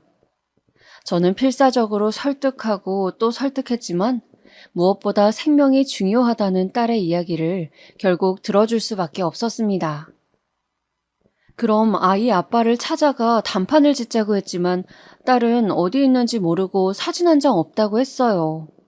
흥신소라도 이용해서 찾아보겠다 하니 원치 않는다고, 다시는 보고 싶지 않다고 우는 것이었습니다. 그래서 그렇다면 미혼모로 아이를 키우는 것은 반대고 호적이라도 내 쪽으로 입적시키라고 했습니다. 법적인 절차를 알아보니 아이 부모가 동의하면 되고 가정법원에서 처리할 수 있다고 하더군요. 그렇게 저는 제 호적에 제 손녀를 올리게 되었습니다. 제 딸은 자신의 딸과 법적으로는 자매가 된 것이었죠. 그렇게 3달을 채우고 딸은 자연분만으로 건강한 아기를 출산했습니다. 아기는 3.3kg로 무게도 적당하고 아주 눈이 똘망똘망한 예쁜 아기였습니다. 저는 아기를 낳는 것을 반대했지만 막상 눈앞에 손주를 보자 너무 예뻐서 정신을 못 차리겠더군요. 제가 부지점장으로 받는 월급이 꽤 되었기 때문에 1년 동안 딸은 학교를 휴학해둔 채로 산후조리를 하면서 아주머니도 쓰고 편하게 몸조리를 하게 했습니다. 이렇게 우리 가족은 새 식구가 되었죠. 딸은 가끔 병원에 예방접종을 가거나 검진을 가면 부부가 아기를 데리고 오는 사람들을 볼 때마다 눈가에 눈물이 고였습니다. 저 몰래 눈물을 닦다가 들킨 적도 있었죠. 자신도 한부모 가정에서 자랐는데 딸마저 그런 신세가 되었다며 딸은 마치 수도꼭지처럼 눈물을 흘렸습니다. 저 역시 그런 딸에게 뭐라고 해줄 말이 없었습니다. 왜 그랬냐고 저야말로 딸에게 화를 내고 싶은 기분이었죠. 왜 그렇게 경솔하게 어디서 굴러먹었는지 모르는 놈에게 마음을 덜컥 줘버렸냐고. 대책 없이 그놈을 왜 기다렸냐고. 자기 몸 건사를 왜 못했냐고 말이죠.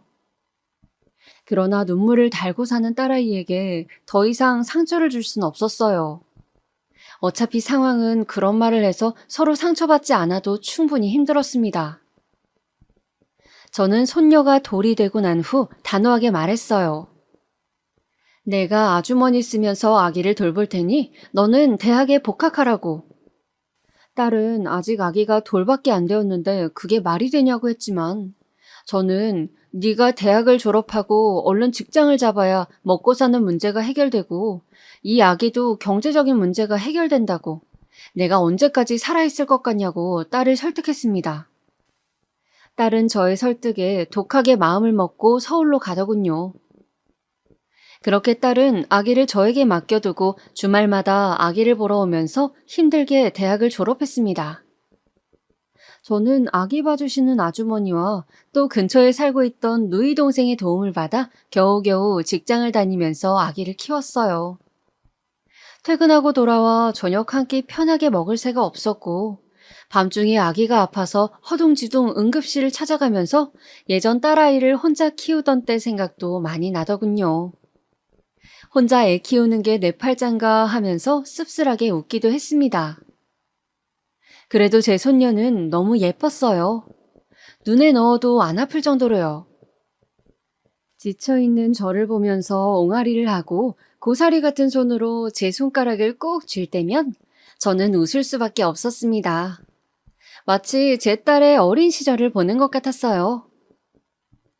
그렇게 시간이 흘러 딸은 무사히 서울대 약대를 졸업하고 서울 인근 대도시의 고용약사로 취직을 했습니다. 불행인지 다행인지 딸의 학벌과 직업이 좋아서 먹고 살 걱정은 하지 않게 되었고, 아기를 돌봐주는 분을 쓸 수 있는 형편도 되었지만 혼자서 애 돌보랴 일하랴 종종거리는 딸이 저는 내내 안쓰럽기만 하더군요. 저도 일신에 변화가 생겼어요. 은행에서 만년 부지점장으로 있을 순 없어 퇴사를 결정하고 작은 회사를 차리게 되었습니다. 카드사 콜센터 직원들을 대기업 본사에 보내주고 관리해주는 아웃소싱 업체였어요. 아무래도 서울 부근에서 차리는 것이 맞아 저도 서울 쪽으로 이주를 하였습니다. 모두 정직원이었던 제 젊은 시절과는 달리 IMF 이후로 기업들은 자회사나 도급사를 끼고 상담 업무를 하게 되었으니까요. 저는 고졸 이상의 학력을 가진 상담 업무를 하는 직원들을 교육시키고 관리하는 회사의 대표가 되었습니다. 그렇게 우리 세 가족은 안정을 찾아갔어요. 딸애는 일이 고되어도 집에 와서 손녀의 얼굴만 보면 행복해하며 웃었습니다. 사실 유치원을 졸업하고 학교에 가고 아이가 클수록 아빠의 부재를 어떻게 설명할지, 할아버지 딸로 호적에 들어가 있는 것은 어떻게 이야기를 할지 벌써부터 걱정이 되었습니다.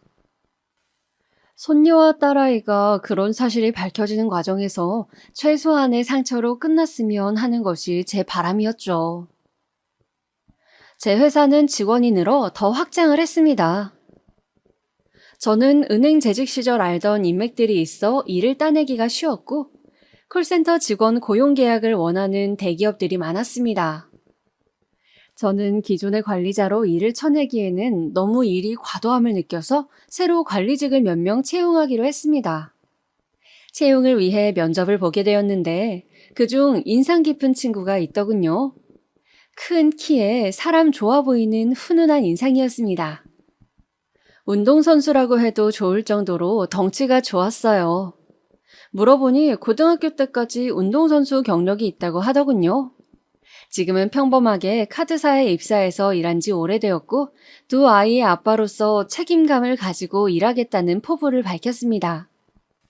면접을 보면서 저도 손녀가 있다고 너무 이쁘다고 하자 그 젊은이는 자신도 딸과 아들이 있는데 너무 예쁘고 사랑스럽다고 벌써 손녀가 있으셔 좋으시겠다고 하더군요. 저는 그 친구에게 매니저라는 직함을 주고 김 매니저라고 부르며 친하게 지냈습니다.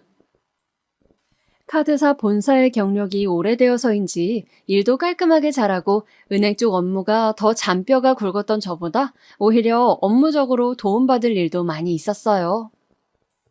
김 매니저와 저는 한 번씩 술도 한잔 하는 정도로 친해졌습니다. 업무 이야기도 하고 서로 사는 고충을 이야기하며 저는 그렇게 정을 쌓아갔죠. 그는 아내 이야기를 하면서 자식들과 행복하다고 하면서도 자신이 사실 여자를 좋아한다고 고백하더군요. 놀라서 무슨 소리냐고 하자 그런 거 있잖아요. 왜 아내처럼 소중하고 그런 건 아닌데 한 번씩 연애의 짜릿함을 느껴보고 싶은 그런 욕망이 있다고 하더라고요. 실제로 몇 번 데이트도 하고 그랬다고요. 저는 순간 제 딸의 인생을 망친 그 유부남이 생각나서 화가 치밀어 올랐습니다. 그래서 저는 김 매니저에게 술을 거나하게 먹고는 그런 식으로 부도덕하게 살지 말라고 소리를 질렀죠. 김 매니저는 제가 술에 취해 그런 줄로 생각하고 그냥 네네 하면서 저를 부축하더라고요.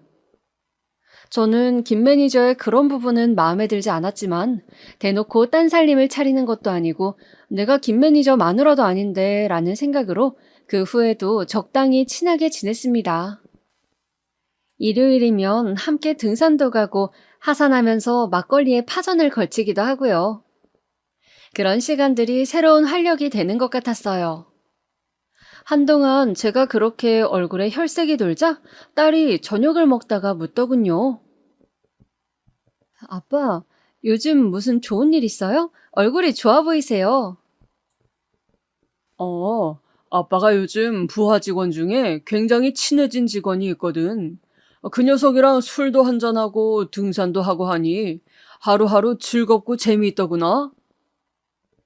딸은 기뻐하면서 그럼 아빠랑 친한 그 직원분 언제 저녁 식사에 초대하라고 어떤 분인지 궁금하다고 하는 것이었습니다. 아빠랑 그렇게 친하다는데 한번 식사 대접을 하고 싶다는 거였어요. 저는 딸이 그렇게까지 이야기를 해주니 더 신이 나서 지난 일요일 같이 등산을 가서 찍은 사진을 보여주었습니다. 봐봐, 여기 연두색 등산 점퍼 입은 친구? 이 친구가 바로 김 매니저야. 일도 잘하고 굉장히 좋은 친구야. 정상에 올라가서 우리 둘이 이렇게 만세를 부르면서 사진도 찍었다니까. 그런데 어쩐지 폰 사진을 보는 제 딸의 반응이 심상치가 않았어요. 딸은 제가 잡고 있던 딸의 어깨가 조금 떨리더니 딸은 제 말에 대답을 하는 둥 마는 둥 하면서 갑자기 몸이 안 좋다고 방에 가서 쉰다고 했습니다. 그 후로 며칠간 딸은 컨디션이 안 좋다고 방에 쏙 들어가 버리고 아이 케어만 열심히 할 뿐 저에게 말을 걸지 않았어요.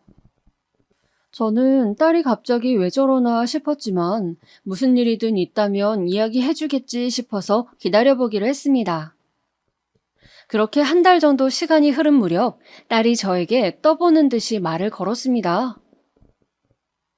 아빠, 그때 그 김 매니저라는 분하고 잘 지내고 있어? 그 친구 잘 있지. 한번 오라고 할까? 딸은 말없이 주머니에서 사진 한 방을 꺼내어 제 앞에 놓더군요. 저는 딸이 내민 사진을 들고 보았습니다. 딸과 어깨동무를 하고 환하게 웃고 있던 그 얼굴은 바로 김 매니저였습니다. 그래요. 그 인간이 바로 내 딸을 미혼모로 만들고 내 손녀를 아비 없는 자식으로 만든 채 자취를 감추어 버린 그 인간이었던 겁니다. 저는 너무 놀라서 딸에게 이 사람이 네 남자친구였던 그 새끼냐고 사진 한 장 없다고 하지 않았냐, 이름이 뭐냐고 물었어요. 딸은 사실은 다 태워버렸지만 사진 한 장은 남겨놓았다고 아빠 폰에서 그 사람을 봤을 때 심장이 멎는 것 같았다고 하며 개명을 한 것 같다고 왜 또 내 인생에 이렇게 우연히 나타난 것인지 영문을 모르겠다며 또 눈물바람을 하는 것이었습니다. 겨우 잊으려 애쓰며 살고 있는 우리 앞에 그 자식은 또 이렇게 드라마틱하게 나타났습니다. 저는 이것이 하늘이 저에게 준 기회라 생각했어요. 복수할 기회 말이죠.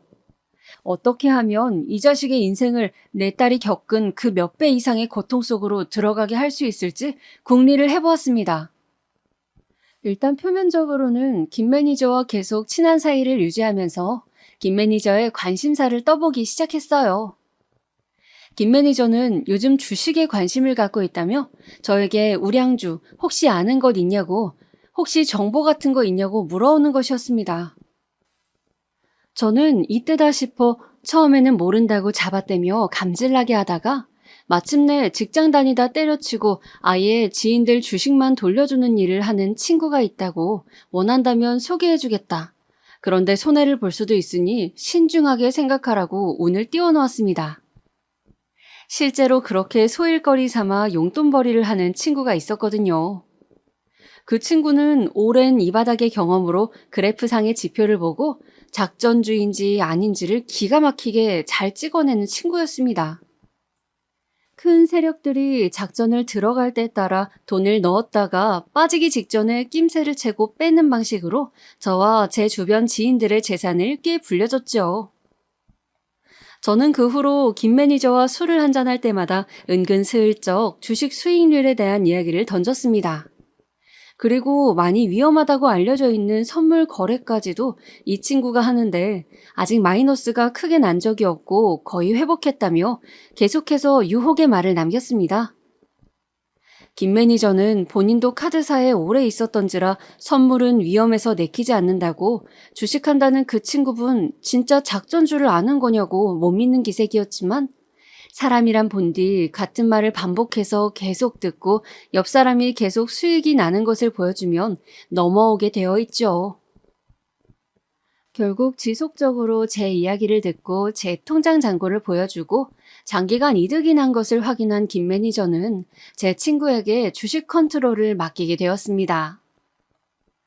처음에는 경계 모드로 1,000만 원 정도를 넣더니 6개월 이상 10에서 20% 이상의 수익이 나자 아파트 청약이 당첨되어 잔금을 치려고 모아둔 2억의 대부분을 몽땅 밀어넣으면서 과감하게 투자하더군요. 저는 제가 이렇게 이야기한 것에 흔들려 자신의 재산의 대부분을 주식에 밀어넣는 그의 모습을 보면서 이것이 하늘이 너에게 주는 천벌이라고 생각했습니다. 내 딸 눈에 눈물 나게 한 이상 나 역시 니놈 눈에 피눈물을 받아내야겠다는 생각이었어요. 그래서 친구에게 일부러 작전주 다 빠지고 한 템포 늦게 눈치채지 못하도록 조금씩 손해를 보게 해달라고 부탁했습니다. 친구는 처음에는 내키지 않아 했지만 제 딸과 저의 사정을 듣고 그 원수가 그놈이라는 것을 알자 티 안 나게 협조해주기로 했습니다. 저는 그에 응당하는 제 자산관리 등의 일을 그 친구에게 더 주기로 했고요. 포커페이스를 유지하면서 계속 친하게 지내려니 역겨웠지만 저는 그놈에게 화끈하게 복수할 그날을 기다리면서 표정을 유지했습니다. 처음에 수익률이 잘 나자 김 매니저는 무척 고마워하더군요. 자신이 코인에 투자했다가 손실을 봤는데 안 그래도 처가 돈까지 끌어쓴 터라 아내에게 할 말이 없었는데 그걸 다 상쇄할 수 있을 수익을 대표님 덕분에 얻게 되었다며 고급 정보를 줘서 고맙다고 저에게 술까지 사더군요. 그리고 드디어 복수의 그날이 왔습니다. 여보세요? 대표님, 지금 주식 보셨어요? 주가가 갑자기 너무 휘청거리는데요. 그러게 말이야. 자네 그런데 박 사장은 뭐라던가? 박 사장님은 기다리라고만 하시던데요. 조금 더 있어야 한다고. 그런데 지금 손실이 70%다 되어가는데 괜찮을까요, 이거? 일단 나는 박 사장 말대로 기다려보려고 하네. 자네도 좀 기다려보게나. 겪어보면 나쁜 사람이 어디 있나? 박 사장 말을 믿어야지. 그동안 이득 보게 해준 것도 있는데 우리가 경거망동하지 말고 기다려봅세. 저는 태연하게 기다려보자는 말만 반복하면서 전화를 끊었습니다. 제 딸에게 지옥 같은 시간을 기다리라는 말로 달래며 사라진 그놈 역시 애간장이 타는 기다림의 고통을 겪기를 바라면서요. 곧 또 전화가 울리더군요. 대표님, 그런데 지금 주가가 너무 안 좋습니다. 이제라도 빼야 할 것 같아요. 이러다 본전 다 털리게 생겼다고요. 기다려보게나. 어디 박 사장 말 틀린 적이 있던가? 박 사장은 우리를 상대로 사기치거나 다른 소리 할 사람이 아닐세. 곧 회복세로 돌아선다는 정보가 있다고 하니 지금이 마지막 고비야. 지금만 버티면 모든 것이 다 잘 될 걸세. 나는 일단 버틸 생각이니 자네는 쫄리면 빼게나. 그 자식은 욕심이 많은 놈이었습니다. 그러니 제 딸과 본부인을 놓고 둘 다 가지려 했겠죠. 제가 분명 마음에 걸리면 빼라고 했는데도 그놈은 제 말에 현혹되어서 빼지 않고 안절부절 못하며 버티더군요. 그 결과 그놈이 잔금을 칠 거라던 2억의 돈은 거의 사라져버렸습니다. 마침내 그놈의 재산이 회복 불가능한 상태에 이르렀을 때 저는 마음 한구석이 뻥 뚫리는 쾌감을 느꼈습니다. 세상에 인과응보는 존재하는 것이었어요. 역시 득달같이 전화가 울리더군요.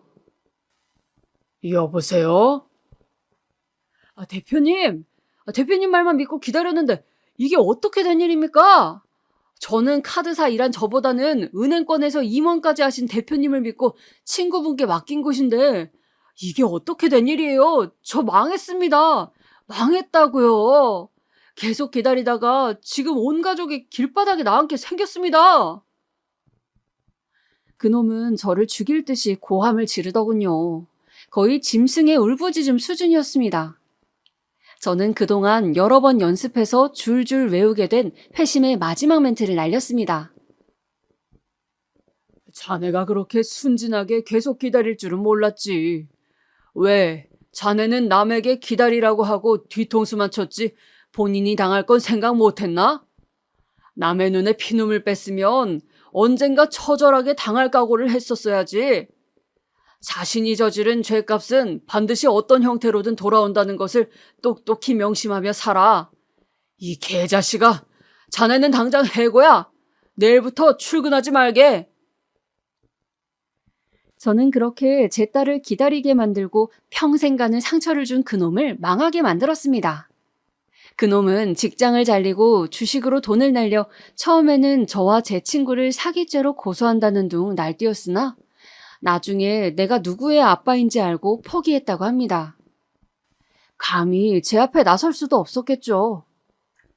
저는 그놈이 만약 제 앞에 나타나면 감방 가는 한이 있더라도 반드시 찢어 죽이고 말겠다고 이를 갈았으나 역시 비겁한 놈답게 그냥 조용히 꼬리를 말고 사라지더군요. 그 후 금융계 쪽으로는 취직한 흔적이 없었고 집도 이사를 갔는지 서울권에서는 소식이 들려오지 않았습니다. 저는 통쾌한 복수를 끝내고 딸에게도 저의 복수를 말하지 않았습니다. 딸이 안다면 손녀의 친아빠인데 라는 생각으로 또 동정심을 품거나 괴로워할 것 같아서 말이죠. 그래서 그냥 딸에게는 사정이 있는지 이사를 간다고 하고는 직장을 그만둬버렸다고 넌지시 말했습니다. 혹시 아이 일로 연락하고 싶은 마음이 있느냐고 물어봤죠. 딸은 그럴 생각은 없다고 단호하게 말하더군요. 그냥 다시는 그 인간이 내 주변에 나타나지 않기를 바란다고요. 그렇게 저는 딸과 손녀에게 영원히 말할 수 없는 비밀을 가슴에 품고 오늘도 살아가고 있습니다. 그날 이후 제 좌우명은 인과응보가 되었네요. 비교적 편안한 노후를 보내고 있는 요즘 저는 누구에게라도 작은 죄도 짓지 않으려 애쓰며 삽니다. 반드시 잘못한 만큼 돌아온다는 것을 저는 믿고 있기 때문이죠. 여러분, 제 가슴속 이야기를 들어주셔서 감사합니다. 이제 겨울이 끝나고 곧 봄이 오겠지만 아직 날씨가 쌀쌀하네요. 코로나 조심하시고 즐거운 하루 보내시길 바랍니다.